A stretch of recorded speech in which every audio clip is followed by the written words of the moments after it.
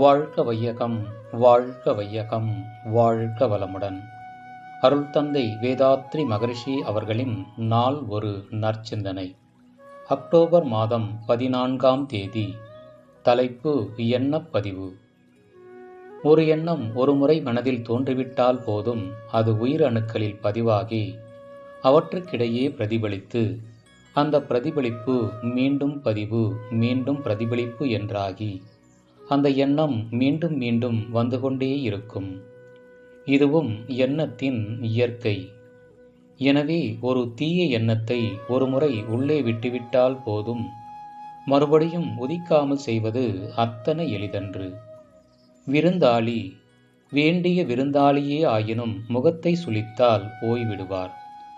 ஆனால் எண்ணத்தை விரட்டத்தான் மீண்டும் மீண்டும் வரும். விரட்டும்போது நீங்கள் அந்த எண்ணத்தோடுதான் உறவு கொண்டவாறே இருக்கிறீர்கள் என்பதே இதற்கு காரணம். அது மட்டுமன்று, வெறும் எண்ணம் மட்டும்தானே நான் என்ன செயலிலா இறங்குகிறேன் என்று ஒரு தீய எண்ணத்திற்கு இடம் கொடுத்து விடக்கூடாது. விளைவஞ்சி அந்த எண்ணத்தின் வழி நீங்கள் செயலில் இறங்காமல் இருந்து விடலாம். ஆனால் எழுந்த எண்ணம் சும்மா போய்விடாது. ஒத்த தரமுடைய இன்னொருவர் மனதில் நுழைந்து அது தனக்கு செயலுருவம் கொடுத்து கொண்டு விடும்.